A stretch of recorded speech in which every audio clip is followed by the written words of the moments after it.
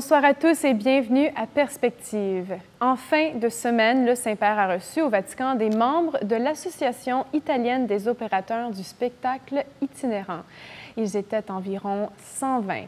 Dans son discours à la délégation, le pape a reconnu la valeur sociale de leur travail, un travail qui n'est pas toujours facile, mais il les a encouragés dans leur mission de répandre la beauté et la joie. Voici un extrait de son discours. Votre art est une merveille artisanale qui varie des grandes œuvres produites par les grandes puissances de divertissement, qui sont un peu ascétisées, je dirais même peu humaines.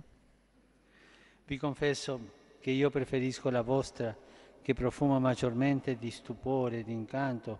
Je vous confie que je préfère vos créations qui dégagent plus d'émerveillement, d'enchantement, et qui est le fruit d'heures et heures de dur travail. Un manège qui ne finit pas d'étonner et d'engendrer de la joie chez les petits et les grands.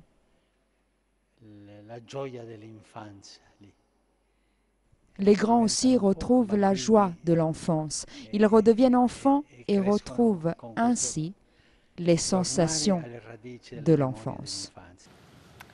Un membre du corps diplomatique du Saint-Siège a été rappelé à Rome. Le prêtre en question était diplomate à Washington et est soupçonné d'avoir consulté des images de pornographie juvénile. Il réside présentement dans la Cité du Vatican.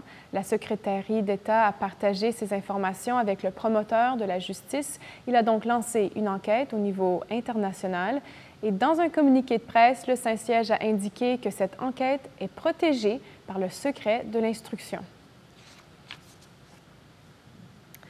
Le secrétaire du Saint-Siège pour les relations avec les États, Monseigneur Paul Richard Gallagher, est revenu d'une visite en Iran. Une visite qui a duré 4 jours où il a rencontré, entre autres, son homologue, le ministre iranien pour les Affaires étrangères, Mohammad Zarif. Son but était de faire avancer la question de la liberté religieuse qui est, dit-il, un sujet fragile, mais ils ont tout de même discuté de modalités possibles pour faire face à ces problèmes de manière concrète. Monseigneur Gallagher a expliqué à Radio Vatican que ces rencontres ont aussi touché à la situation des Rohingyas, alors qu'on attend la visite du pape en Birmanie en novembre prochain. Il a réaffirmé la position du Saint-Père, qui a ouvertement exprimé sa préoccupation concernant le leadership d'Aung San Suu Kyi, dirigeante du pays. Avec l'aide de l'Église locale en Birmanie, le Vatican cherche à faire respecter les droits des Rohingyas et trouver le moyen de les réintégrer à leur communauté.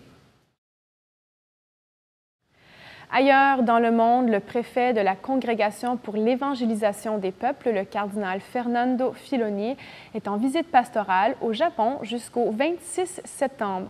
Il se rendra dans les grandes villes Nagasaki, Hiroshima et Tokyo, où il rencontrera les prêtres, séminaristes religieux et religieuses, ainsi que des laïcs, et il célébrera la messe. Ce sera aussi l'occasion pour ce prélat de visiter certaines régions affectées par le tsunami où œuvre maintenant Caritas Japon, la main caritative de l'Église dans ce pays. Moins de 1% de la population au Japon se dit catholique. Il y a en tout 16 diocèses et 870 paroisses. Monseigneur Isao Kikuchi, évêque de Niigata, au nord-ouest du pays, et président de Caritas Japon, a souligné certains défis de l'Église japonaise aujourd'hui. Entre autres, il estime que la population est vieillissante. Gérer les paroisses devient donc une tâche un peu plus difficile, dit-il, et il y a aussi une crise de vocation à la prêtrise et à la vie consacrée. Ce phénomène reflète par contre ce qui se passe au Japon, où la pratique religieuse en général diminue en raison d'un style de vie frénétique. C'est pourquoi la visite du cardinal est un signe d'espoir, selon l'évêque japonais. Il espère surtout que sa présence réaffirme et encourage les séminaristes sur leur chemin vocationnel. Voilà, c'est tout pour aujourd'hui. Merci d'être avec nous et à très bientôt.